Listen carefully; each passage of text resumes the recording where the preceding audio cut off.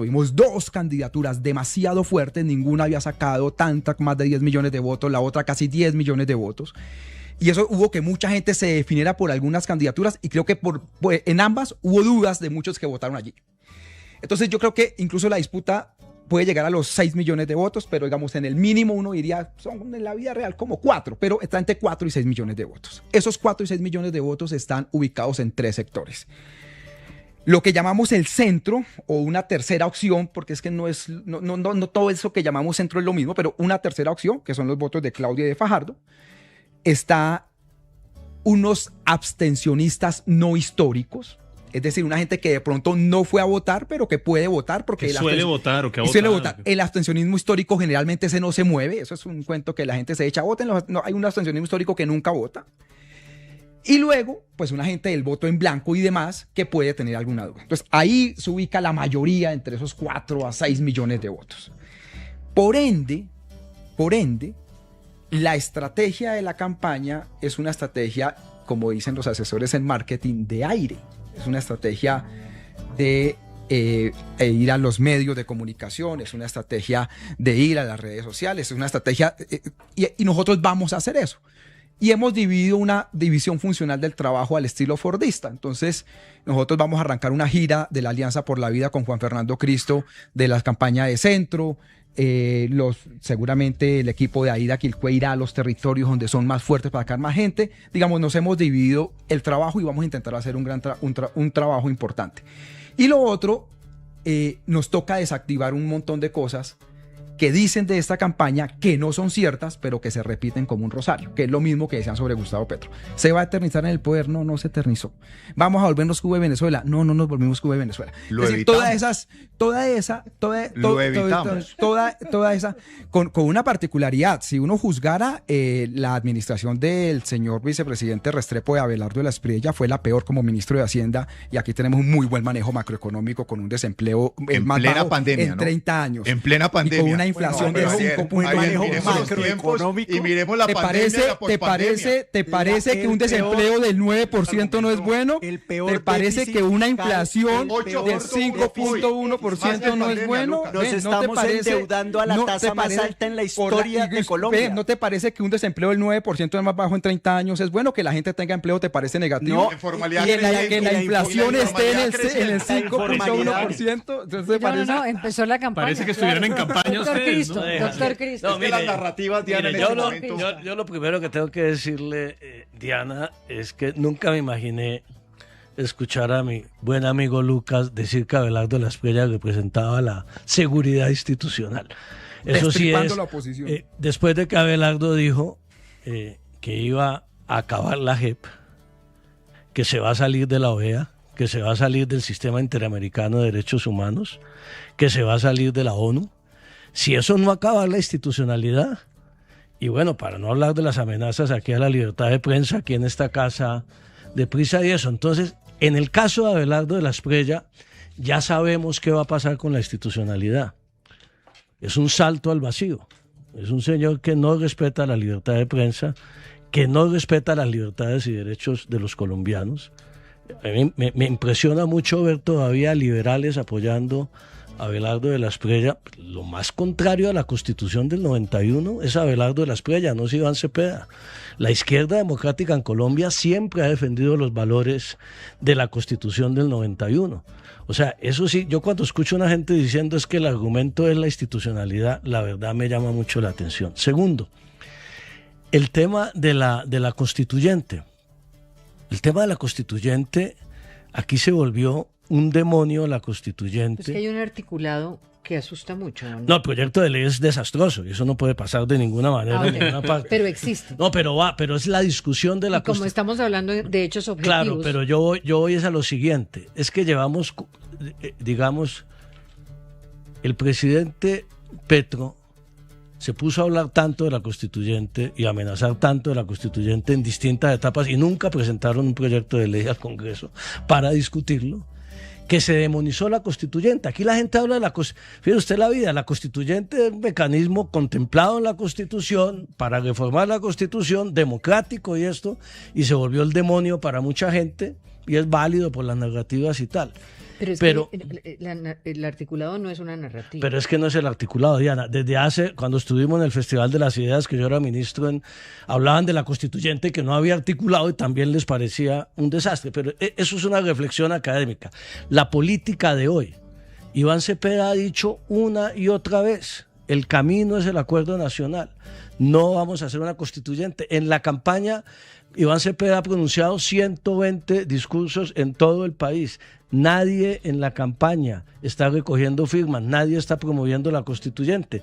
En estos días me encontré un buen amigo del Centro Democrático que me dijo, ministro, ojo con la constituyente. Yo le dije, no menciono el nombre, oiga, que es además un muy buen congresista, le dije, oiga, a mí me parece que a ustedes les está haciendo más falta la constituyente que al presidente Petro.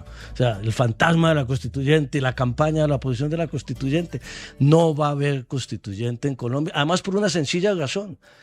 La Constitución del 91 y ese articulito quedó tan bien hecho, Diana, con tantos candados y seguros, que un gobierno se tiene que pasar los 3 y 4 años y le va a decir, mire, Iván Cepeda ha planteado un acuerdo nacional en 3 temas fundamentales: salud, seguridad y paz, y las finanzas y el tema fiscal.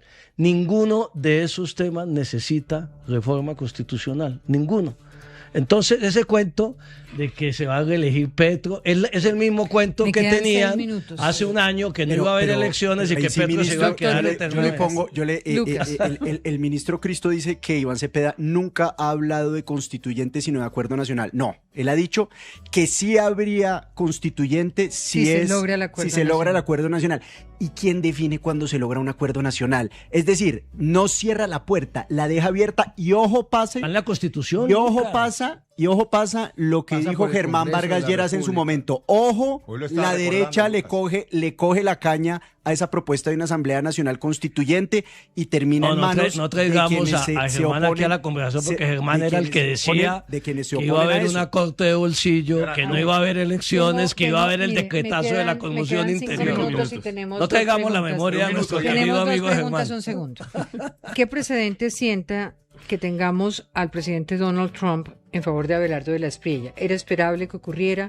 ¿Esto es intromisión? ¿Esto es injerencia o no lo es? Claro que era esperable que ocurriera, si es que Gustavo Petro hizo lo propio en la campaña de Trump, y lo hizo ya Trump en ejercicio, y lo ha hecho con el presidente Noboa desconociendo los resultados, y lo ha hecho con Bolivia, y lo ha hecho con Perú, y lo ha hecho con El Salvador. O sea, no puede ahorita el presidente Petro decir que hay una injerencia indebida cuando él ha sido el principal anarquista en las elecciones del No continente. le digan aquí está Trump. No, es que ustedes están demostrando... Está diciendo anarquista. Está diciendo anarquista. Ariel, no le digan aquí está Trump. Conocimos cómo gobierna la izquierda. Que no lo escucha. Ya conocimos Sí. cómo gobierna la izquierda. Muchos Ariel, millones Ya de colombianos. conocimos cómo gobiernan ustedes. Sí, Mire, sí. Diana, Y por eso van a ser derrotados. era esperable, yo creo que era anunciado. El presidente Donald Trump había anunciado esto hace más de un año. Era esperable, Noboa había hecho lo que hizo, que fue un desastre la injerencia que hizo, y lo hizo.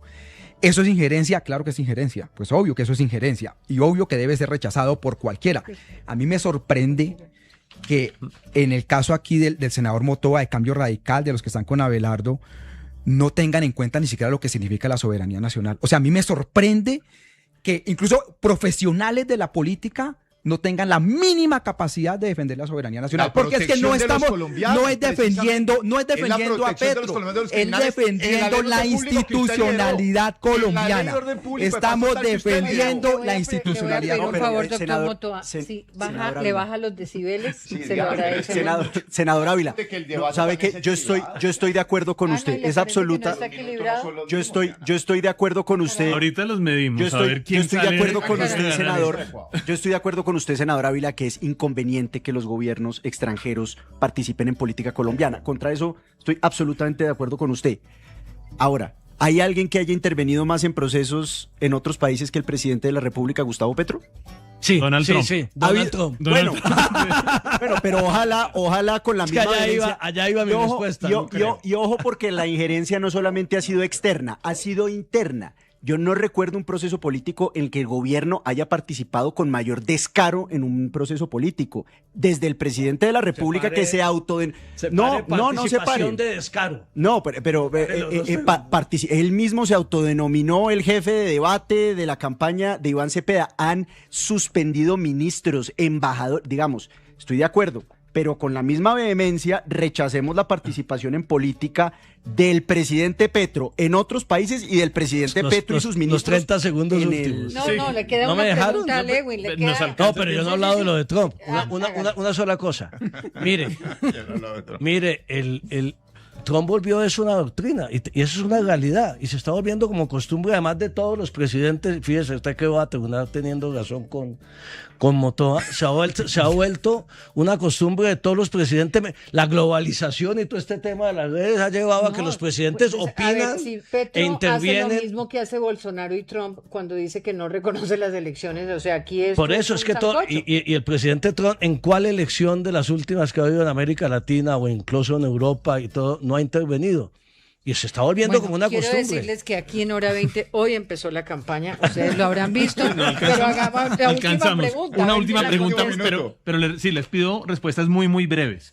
Hoy se tomó una decisión en la Comisión de Acusaciones de la Cámara de Representantes, un salvamento de voto con 2 de los 3 representantes que han sido delegados para definir qué ocurría con esta investigación que se abrió al presidente Petro por el manejo de los topes de la campaña del año pasado. Están pidiendo abrir, llevarlo a indagatoria. ¿Qué efectos tiene eso en este momento, además, porque estamos a 2 semanas y media de las elecciones? No, Lucas, muy corto. yo no creo que tenga ninguna, además por tiempo, si ustedes que lo conocen, no creo que eso tenga ninguna implicación en la campaña. Ahora, así a mí sí ¿Pero me políticas parece, tampoco? no me parece gravísimo que se esté judicializando la política. Yo creo que en cualquier escenario eso es inconveniente, sea el presidente Petro, sea O el el que expresidente Uribe, o sea el que sea. Eso a mí me parece que es absolutamente inconveniente. Diana, Ariel. en 30 segundos. Yo lo que digo, esto no tiene un efecto práctico jurídico porque el Congreso se está acabando en 2 semanas, ¿de acuerdo? Pero político, esto sí es, digamos, esto sí va a tener mucho debate estos 2 o 3 días. Político, ¿hacia qué sentido? ¿Quién gana? Si entonces van a decir que Petro sí es culpable o se va a victimizar. Eso sí, no lo sé, eso lo vamos a ver seguramente mañana y pasado mañana. Pero esto va a tener un efecto político, por una razón. Porque así como la oposición dice que, aunque Petro se va a ir en 2 meses, que se quiere quedar, lo que va a decir Petro es, me quieren joder como yo se los había advertido siempre. Entonces, aquí ambas partes van a tener su caballito de batalla y vamos a ver estos 2 días quién termina ganando la disputa. Diana, cuando yo era ministro del Interior recuerdo que muchos amigos de la oposición de derecha radical decían Petro se va a quedar en el poder indefinidamente. Y yo decía, lo que más le conviene a Colombia es que Petro no esté ni un día antes ni un día después del 7 de agosto en el poder. Un poco coincidiendo con Lucas. Y es evidente que han estado buscando, eso no es un invento de Petro, tumbarlo en la Comisión de Acusaciones y en el Consejo Nacional Electoral y eso. ¿Va a tener efecto político esa decisión? Claro que la va a tener. Ahora es una buena oportunidad también para que el presidente explique en la Comisión de Acusaciones lo hecho por la campaña en el cual yo estoy seguro que no tiene ninguna Yo tengo una responsabilidad. pregunta, Doctor Diana. Motoa.